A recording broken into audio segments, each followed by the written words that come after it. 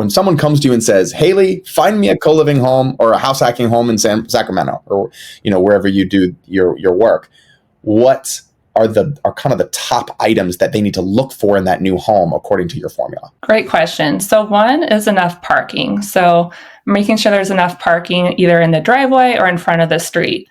Two would be probably the number of bathrooms. So like I said, I actually only have one bathroom and I share that bathroom with 4 people. It's been going okay for the most part, but... You schedule it out or no? No. Everyone has pretty different shower schedules, so that's been really helpful. That's nice. Yeah, but it will be easier to house hack the more bathrooms there are, because the more rental income you can get. And yeah, just the more people you will attract, the more bathrooms there are. And then, the more bathrooms, and it really depends on your comfort level. Sometimes with house hacking, you do want, separate spaces. Sometimes people really like 2 different living areas. If there's a lot of people in the house, it's good to have 2 different living areas for people to hang out in. You don't need to have that, but it is definitely helpful. You want to look at the location. Is it close to a hospital? Is it close to a university? Is it close to where a lot of people work? So location is important. You can house hack in more like C-class areas, but the better location, the better quality of tenants you're going to get. And I think that's really important.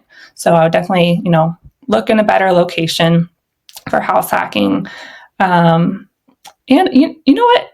House hacking with room rentals is honestly, it's pretty simple. It's something that you learn as you go. So you learn how to like screen tenants. I think I should have put locks on my doors in the beginning. That's something I'm learning right now.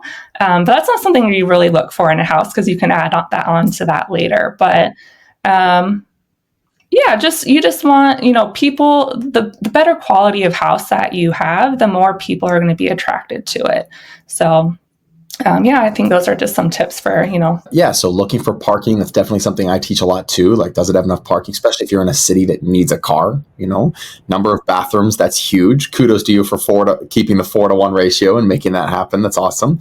Separate spaces. So I'm assuming that would include like private entrances and things like that. It would be, if it had 1 or 2 of those different entrances, like that'd be better, right? Right. For sure. And then location, the better quality areas is really, really, really key. So that's amazing.